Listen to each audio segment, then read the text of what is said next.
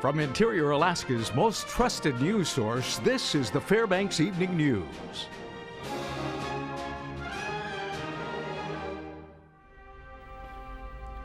Good evening. Alaska State Troopers have arrested 2 men in connection with the murder of a man last year in West Fairbanks. 18-year-old Noah Griffith and 39-year-old Stephen Hartman are charged with first and second-degree murder in the death of 57-year-old Ron McKnight. McKnight was found dead of multiple gunshot wounds at a home on Roland Road off Chinapump last December. Several items were stolen from the home and his truck was taken.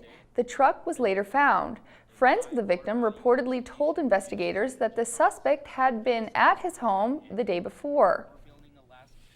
The murder trial of 22-year-old Nathaniel Kangas will begin with jury selection on Monday at the Fairbanks Courthouse. Kangas is accused of shooting 2 Alaska State Troopers to death in Tanana on May 1, 2014, when they tried to arrest his father, Arvin Kangas. Alaska State Trooper Sergeant Scott Johnson and Trooper Gabe Rich had gone to the village to investigate a report that Arvin Kangas had threatened a village public safety officer with a gun. Arvin was convicted of tampering with evidence and sentenced to 8 years in prison. Hemp is a commonly used term for high-growing industrial varieties of the cannabis plant and its products, which include fiber, oil, and seed. It is refined into products such as hemp seed foods, hemp oil, wax, resin, rope, cloth, pulp, paper, and fuel. Hemp is not to be confused with its close relative, marijuana, which is also a cannabis plant but is widely used as a recreational drug and medicine. Jack Bennett of Nuna Works in Homer was in Fairbanks this week for the Rural Energy Conference. He says that a building product he is working with, Hempcrete, could be a major way for Alaska villages to cut their heating costs in winter. Hempcrete is going to save rural Alaska.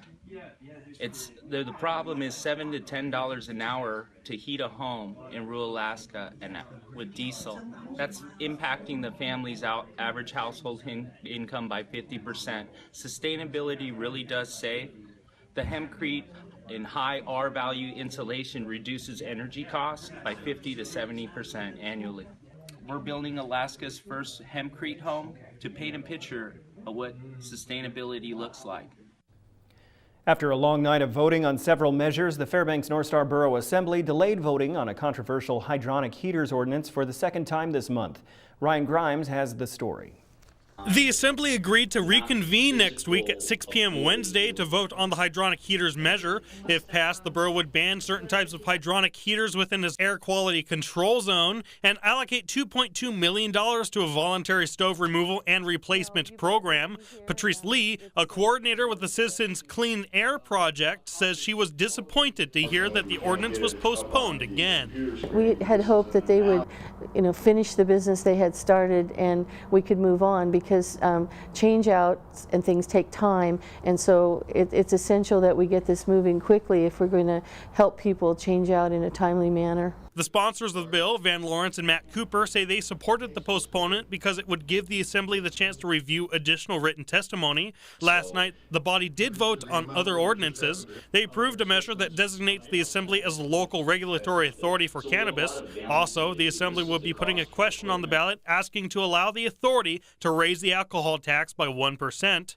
As for the hydronic heaters ordinance, Lawrence says that he wants the Assembly to have ample time to make a final decision. Is, I think, going to make a significant difference for the air quality for this borough, but I acknowledge that also it's new in the nature, in the sense that it's compelling people to change out the dirtiest hydronic heaters. It's not asking them to. So it's an important decision. You can be rest assured that we will make a decision one way or the other next Wednesday. This is Ryan Grimes reporting. When we come back, we have the inside scoop on the Talkeetna mayor, who isn't exactly human. We'll explain. Also, the founder of Girls on Ice tells us about her new program and how it can benefit young women across the globe. Stay with us. Welcome back. Since 1999, the founder of Girls on Ice has been taking young women out onto glaciers to teach them about field science. Sarah Dubowski tells their story in this report. Girls on Ice is a tuition-free program that flies a group of teens to a glacier in either Washington or Alaska and camps on site for 8 days doing scientific experiments. The founder and program director of Girls on Ice, Erin Pettit, says the teens they choose for the trip do not always have a scientific background. So it really gives these girls, primarily girls from disadvantaged backgrounds, a chance to do something amazing. So these are girls from New York City, they're from rural Kansas, they're from Southern California, and we bring them up to Alaska or to Washington, give them this extraordinary experience. Each day is filled with a variety of activities, including exploring crevices, analyzing vegetation, wildlife study, and even art. A team of specialists join the girls for the week. We'll be doing different day hikes each day. We'll be exploring the landscape around us. We have an ecologist with us and glaciologists and people that are really knowledgeable about the area. We'll be exploring the alpine meadows. Pettit says keeping Girls on Ice tuition-free is essential to the program, so she created Women on Ice as a way to raise money for the teens. We want to basically give women an opportunity to see a little bit about what Girls on Ice is really like by experiencing it for 5 days instead of the full 8.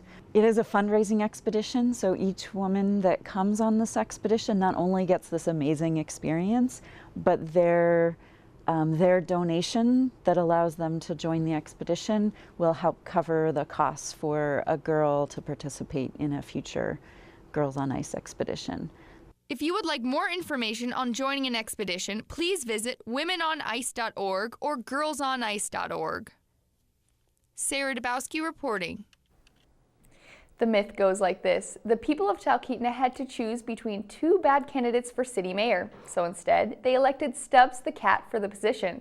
However, the people of Talkeetna cannot elect their own mayor, but that doesn't stop them from giving Stubbs the honorary title anyway. Here's Ryan Grimes again to shed some light on the feline's actual history. I heard you. Meet Mayor Stubbs of Talkeetna. This 19-year-old cat has made headlines worldwide because of his honorary title. Nagley's store owner Stephanie Spohn took Stubbs into her family when she took over the business last year. Mayor Stubbs has lived at the store since he was a kitten. A family had brought some kittens into town 19 years ago and decided that the manager here decided she wanted one of them, and he was the only one with a stubby tail, so she picked him. That's also how he got his name. Spohn adds that in 2005, someone, perhaps the previous manager of Nagley's, gave Stubbs his honorary title. And it just kind of stuck. The mayor, the governorship, everything, I just write them in. Mark Green, who calls himself Mark of the Wild, works at West Rib Pub. The bar is another hangout for the mayor, where he routinely eats crab and drinks from catnip-laced water. Any crab that's left over, so like on a plate that comes in, we sell king crab here. So if there's any that's sort of left over, we'll pull some out for him. And why throw it away? Well, the mayor have it. Mayor Stubbs has been shot by children, bathed in frying oil, stolen or lost, and mishandled. His most recent incident was when he was attacked by a dog in 2013. His owners are trying to keep future incidents to a minimum. In the summer, we try to keep him inside more than out because he tends to stop in the middle of the street and drink out of puddles, or he just kind of doesn't care about the world around him. So yeah, he does the cat thing. He's got like 15 lives instead of 9. Green adds that visitors to Talkeetna should take care not to disturb the mayor too much if they see him. He's on medication. He gets daily injections. So be gentle. Don't pick him up and get roughhouse with him. I've had to physically take him away from people who get too rough with him. He's been through a lot. This is Ryan Grimes reporting. Kitty. Stubbs the cat. I had one just like that. 19 cool years story. old. Cool story, yep. All right, Joe Cook is next with sports and gives us a recap on the top 10 picks in the NFL draft. Also, you'll see results and a few highlights from the interior high school teams who are on the road this weekend. All that and more after the break.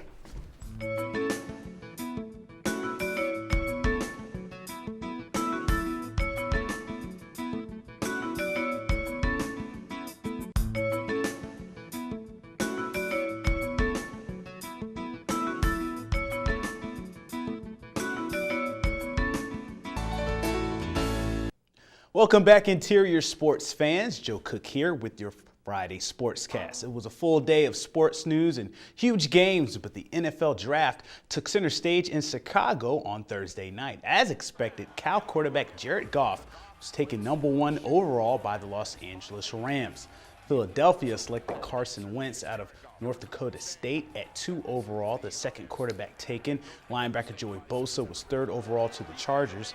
Ezekiel Elliott could be the back of the future for the Cowboys. He was picked 4th overall. Defensive back Jalen Ramsey went 5th to the Jacksonville Jaguars, followed by offensive tackle Ronnie Stanley to the Ravens. Defensive end DeForest Buckner to my 49ers at 7.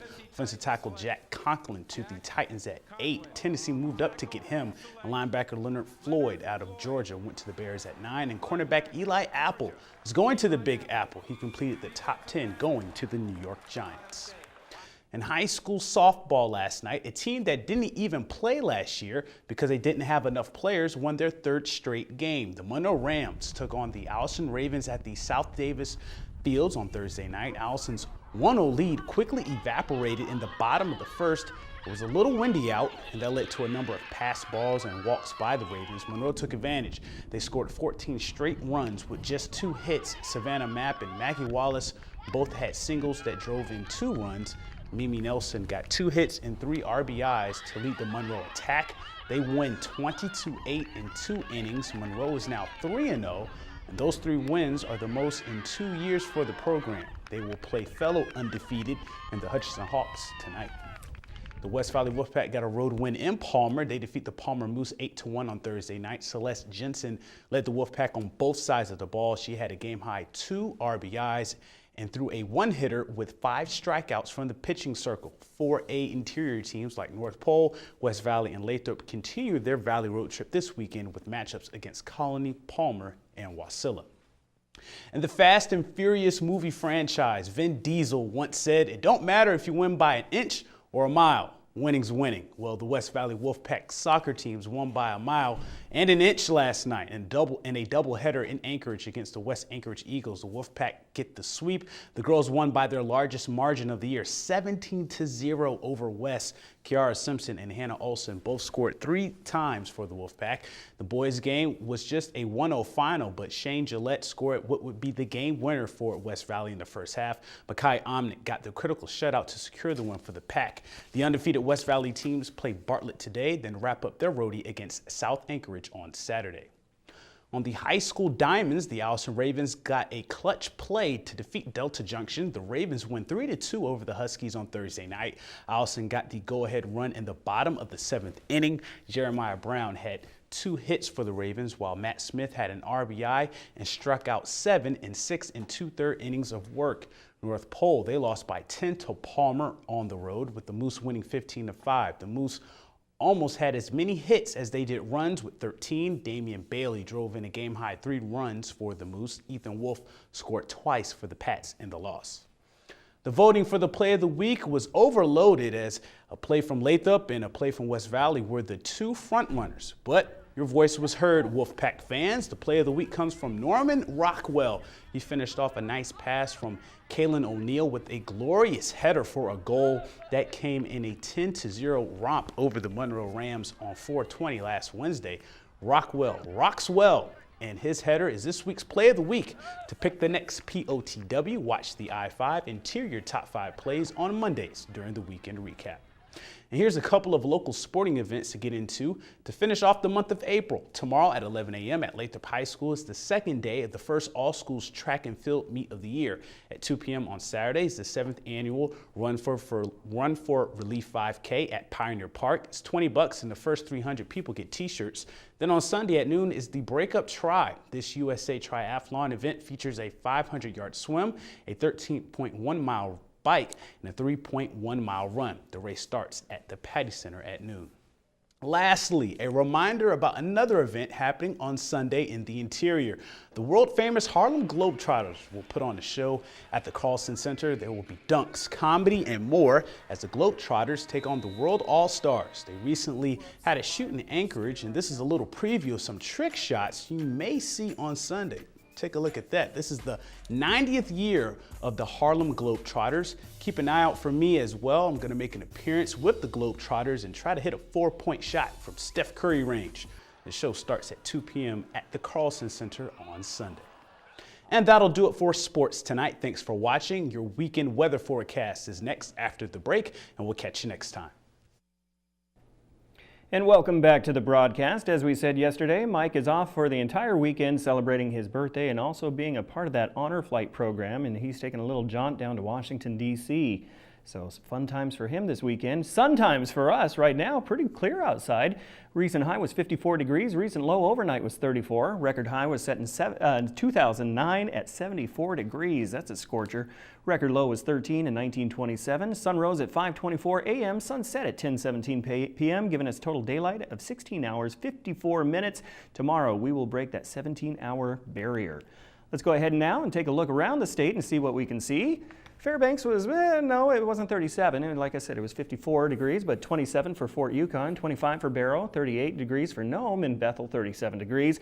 Raining still in the Anchorage Bowl area, 49 degrees there. Kodiak 50 degrees, and Cold Bay 46. Raining continue on the Panhandle as well. Juneau 52, Ketchikan also 52 degrees, so a little wet down south. Let's go ahead and take a look and see what we can see across the U.S. map, the contiguous 48 states. Storm systems affecting the Florida coast there as well, but if you go north from that on the eastern seaboard, things are looking just fine for springtime. D.C.'s checking in 65 degrees, New York as well 65. Flipping over on the west side, Seattle 70 degrees today, San Francisco 71, just 1 degree, a little bit warmer. And then Vegas and Phoenix getting the good rays right now, 93, 95 respectively. And across the state, Plain States, pretty much sunny skies, nothing to really report. Minneapolis, where I used to live, 74 degrees. Nice for them. Let's take a look into early next week on the U.S. forecast. As you can see, some showers developing over the Rockies, and those will affect parts of Colorado as well. Nothing dangerous at this point or considered, something to watch for. Other than that, kind of a cooling trend toward the states surrounding the Great Lakes, as well as you can see, that jet stream is getting lower, lower, lower, and so that means cooler conditions all over the United States down there. Well, we're a part of it too, but I'm saying lower 48. And humid degrees in Florida as well.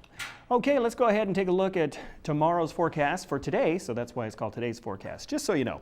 In Barrow, 31 degrees. Nome, 46. Checking in hopefully for tomorrow. In Fort Yukon, a little wet, but a little warmer too, 53 degrees for them. Let's go ahead now and take a look at interior temps for tomorrow. 62 for Fairbanks with overcast conditions. No chance really right now for showers, but you never know. The weather can change in an instant around here. Delta 55 expected, and Healy 54 degrees. Both of them clear skies. Taking a look at the Panhandle, and what do you know? Through the weekend, they're still going to get some wet weather. 40-mile-per-hour gusts as well for Juneau and Ketchikan, so there must be a strong system blowing through there. So it'll also be replicated on the southwest side. As you can see, mixed bag of weather, as Mike always says, 56 degrees, some sprinkling in Bethel, constant downpour in Kodiak and Cold Bay as well, showers for them. Go ahead, take now a look at the Anchorage Bowl area, 51 for Homer and Anchorage, and wetness all around as well, including 49 degrees at Valdez. Okay, let's go ahead now and take a look at your Kids Weather Watch trivia info of the day.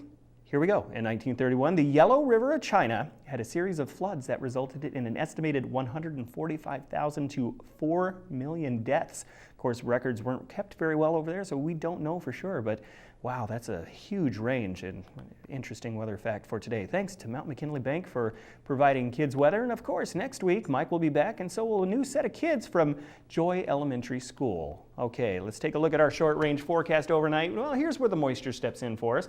Mostly cloudy to partly cloudy, rain and thunder north of Fairbanks, but you can expect perhaps an isolated shower or two here locally in the interior. Overnight low 35 degrees.